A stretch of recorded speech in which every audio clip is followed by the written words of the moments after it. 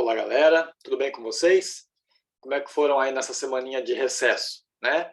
Nós passamos a última semana sem passar atividade para vocês, dando um descanso, né? Para aqueles que estão em dia, com tudo em ordem, com tudo bonitinho. E pedimos àqueles que estivessem com as atividades em atraso, que aproveitassem, então, essa última semana de abril para colocar as atividades em ordem, postar lá no Classroom e deixar para a gente tudo certinho as atividades até a etapa 5, certo? Nós estamos corrigindo, né? Eu terminei de corrigir hoje o terceiro 2, o Luiz já tinha corrigido o 301, e o 303 estava corrigido também, as etapas 3 e 4 já estavam corrigidas, e o Luiz começou hoje a corrigir de baixo para cima, e eu amanhã provavelmente acabo de cima para baixo, a gente termina todos os alunos as 5 etapas direitinho até a aula de amanhã, que é o dia 4 de maio, certo? E amanhã também nós vamos estar em sala passando para vocês a etapa 6. Então, para outra semana, para entregar no dia 11 de maio, vai ter tarefa, vai ter atividade, é a etapa 6 do relatório de estágio, né?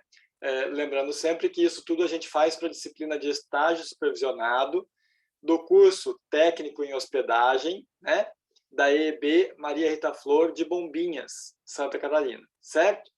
Os alunos do terceiro ano, então, fazem esse relatório de estágio antes de começarem a produzir os seus artigos científicos, né? Espero que vocês estejam bem, espero que tenha servido para vocês colocarem as atividades de vocês em dia. Nós, eu e o professor Luiz, aproveitamos para colocar as nossas atividades em dia e para deixar tudo certinho para vocês, né? Vamos lá, então. Etapa 6, vou aqui compartilhar, como sempre. Tem gente vendo esses vídeos, usando os vídeos, então a gente faz sempre os vídeos, e tem aqueles que não fazem, que não usam, e que preferem fazer por conta própria, certo? Pessoal, eu e o Luiz não vamos mais ficar voltando naqueles errinhos básicos que nós já comentamos com vocês toda vez, né? Espaçamento em e-mail, de entrelinhas, texto justificado, letra 12, a formatação dos parágrafos, isso aí tudo nós não vamos ficar mais mostrando como é que faz. Quem ainda não sabe precisa voltar na oficina de trabalhos acadêmicos, ou então procurar por mim e pelo Luiz no contraturno, nos períodos que a gente está lá à disposição, porque não dá, já passamos da metade do relatório, não dá para a gente ficar discutindo essas coisas básicas, certo? Vamos lá, então, ó. Condições de trabalho. Aqui, o ideal seria que você soubesse de todos os funcionários, tá? Mas se você não souber como é que funciona para os funcionários de forma geral, serve você falar sobre como é que foi com os estagiários, tá certo? Então, o ideal é que você fale como é que é isso no todo da empresa. Se você não souber, serve que você fale como é que foi para o estagiário, tá? Então, vamos lá, ó. Quais são os treinamentos que o funcionário recebe antes e durante o trabalho? A pessoa é contratada ou é combinado que vai começar a fazer estágio na pousada, no restaurante, lá na Secretaria de Turismo, certo? E como é que é feito? A pessoa é jogada aos leões, a pessoa é colocada lá na recepção, a pessoa recebe uma comanda e falam, vai lá atender o público, sem nenhum tipo de tratamento, sem nenhum tipo de treinamento, ou não? Nos primeiros dias você tem que observar, você tem que ver como é que os outros fazem, alguém te apresenta a empresa, alguém te mostra como é que ela funciona. Como que funciona? Há uma orientação, há um período de aprendizagem, há um período de supervisão, que você faz as coisas e alguém fica olhando como é que faz, ensinando. Eu gosto muito de usar o exemplo do caixa do supermercado. Acho que todo mundo já foi um dia num supermercado e passou num caixa que estava sendo treinado, né? Como é que funciona? Tem lá um caixa que é o caixa que está aprendendo, que é quem fica lá efetivamente fazendo o trabalho, e tem uma outra pessoa, normalmente na função de empacotadora, né, que é mais experiente. E aí aquela outra pessoa pergunta sempre, por exemplo, o código das verduras é um clássico, né?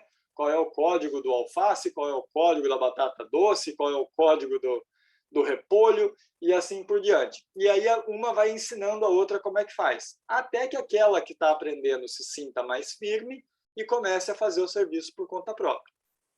Como que funcionava na pousada? Era assim também? Como é que era no restaurante? Certo? A gente quer saber.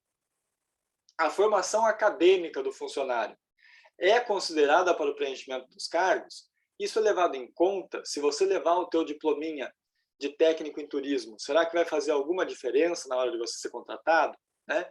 Tem algum cargo, por exemplo, para gerente, só contratam quem é formado em administração ou em turismo. Existe isso na empresa onde você estagiou, na empresa onde você teve contato? A gente quer saber, tá? Há exigência de formação? Qual a exigência e qual o cargo que precisa ter, que precisa dessa formação específica, tá? Como são definidas as promoções? Existem empresas que é por tempo de serviço. Você fica na empresa 1 ano e aí você sobe de cargo. Você fica mais 1 ano, você é promovido de salário. Você fica um tempo e de recepcionista passa a ser chefe de recepção. Tem gente que é por desempenho. Olha, aquele que se destacou, aquele que foi elogiado e tal, já ganha um cargo mais para cima, né? Isso é muito comum em banco. Banco, as pessoas entram num cargo mais baixo e aí elas vão, a cada ano, a cada 2 anos, elas vão sendo promovidas, né? Na empresa onde você estagiou, existe esse tipo de promoção ou não? A pessoa começa como recepcionista, se for daqui a 30 anos, a pessoa continua como recepcionista, né? Há algum quadro de cargos e salários, há algum incentivo para que o funcionário busque ser promovido? Tem lugar, por exemplo, aqui na escola mesmo, se você fizer mestrado, doutorado, você ganha um pouco a mais, não é muito a mais, mas você ganha um aumento de salário, certo? Então, não deixa de ser um incentivo, né? E existe isso na empresa onde você fez estágio? Quais são os espaços que os funcionários utilizam quando não estão trabalhando? Alguns de vocês já colocaram isso lá em cima, mas aqui a gente quer que você aborde de forma mais detalhada, né? Existe um espaço adequado, um refeitório, uma sala de descanso, um lugar que você possa usar quando não está efetivamente trabalhando, quando está almoçando, quando está no intervalo, enfim, como é que funciona isso? Existe um vestiário, um refeitório, um banheiro separado, uma sala para descanso ou não, né?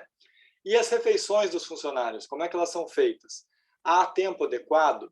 Né? Existe horário de almoço? Algumas pessoas já falaram para mim que nos estágios que fizeram, faziam lanche embaixo do balcão, né? Escondido embaixo do balcão, porque não havia onde, certo? Esse lanche ele é fornecido pela empresa, você tem que levar a marmita de casa, as pessoas compram ali perto, como é que funciona? Como é que funciona na prática essa questão da alimentação? Há local adequado, há tempo adequado para fazer, né? E uma última pergunta é se existe uniforme. Há diferenças entre eles? Existem hotéis em que você bate o olho na pessoa e você tem uma noção de qual cargo que é, né? Tem aquela pessoa que fica lá fora recebendo as malas e tal, que tem um uniformezinho com aquele capzinho redondinho, vocês já devem ter visto em filme, né? Aí você chega na recepção, tem alguém de terno e gravata, ou de camisa social e tal. O gerente já vem mais alinhado, certo? Eu já ouvi algum aluno falando que tem uma empresa que faz por cor. Então, os uniformes da recepção são cor X, das camareiras é cor Y, e assim por diante, né? Então, tem lugar que define isso, o uniforme já é um sinal do cargo que a pessoa ocupa. Tem empresas que não têm esse cuidado, tem empresas que colocam uma camiseta branca para todo mundo, tem empresa que nem uniforme tem, né? Então, a gente quer saber de vocês como é que funciona, tá? Mas, galera, lembrem-se, a ideia disso aqui é que vocês façam um texto. Um texto, galera, uma redação com introdução, desenvolvimento e conclusão. Então, não pode esquecer, porque tem gente que vai respondendo como se estivesse respondendo perguntas. Eu coloquei nas correções de vocês. Olha, você está respondendo uma pergunta e essa pergunta não está aparecendo aqui no texto, né? A gente não tem que... Quem vai ler o teu texto não sabe que tinha um manual, não sabe que tinha uma orientação lá atrás te dando o norte de o que você tinha que falar. Então, no teu texto, isso tem que ir aparecendo, tá? Você tem que ir fazendo a ligação entre um parágrafo e outro. Não pode simplesmente mudar de assunto como se, né, não fosse nada, como se fosse um monte de texto separado. É uma redação, tem que ter começo, meio e fim. Tá certo? Sempre naquele formatinho que nós estamos falando desde da primeira etapa, né? Eu acredito que ali 4, 5 parágrafos você consiga resolver a questão. Não esquece que parágrafo não é frase. Dentro de um parágrafo tem 3, 4 frases, certo? Cada frase tem um ponto final e a frase seguinte tem uma letra maiúscula, né? Não esquece daquelas dicas todas que a gente já passou em sala para vocês, tá bom? Outra coisa, quem for fazendo essa etapa 6 e tiver facilidade, volta. Nós corrigimos a etapa 5, a etapa 4, a etapa 3, a etapa 2, deixamos lá 200 comentários para você. Não adianta você deixar lá os comentários, tem gente que tem comentários desde março para responder e ainda não arrumou, né? Todos aqueles comentários que a gente coloca são dicas para você consertar o teu texto. Então, não pensa assim, eu já fiz a etapa 5, acabou, me livrei. Não, se tem comentário lá, tem que voltar e fazer de novo, arrumar, certo? E depois que arrumar, deixa um recadinho lá, professor, refiz a etapa 1, refiz a etapa 2, que essa semana nós estamos um pouco mais tranquilos, e aí nós vamos começar a olhar sala por sala para a gente ver se pega aquilo que está atrasado e que a gente ainda não corrigiu. Tá bom? O trabalho vai ser apresentado amanhã, no dia 4, e então é para entregar na semana seguinte, dia 11, tá bom? E aí no dia 11 vai ter a etapa 7, e aí nós estamos chegando perto do final, tá? Acho que a parte mais complicada, que foi pegar o ritmo, já passou, né? E tem um pessoal que estava demorando para começar e agora parece que engrenou, a gente está bem feliz com isso, certo? Mas ainda tem uns 3 ou 4 que não começaram. Pessoal, nós estamos falando desse trabalho desde março. Nós já estamos em maio. Depois a pessoa vai reclamar lá na frente que não tem tempo, que não vai dar tempo de fazer porque é muito grande. Pelo amor de Deus, não façam isso. Certo?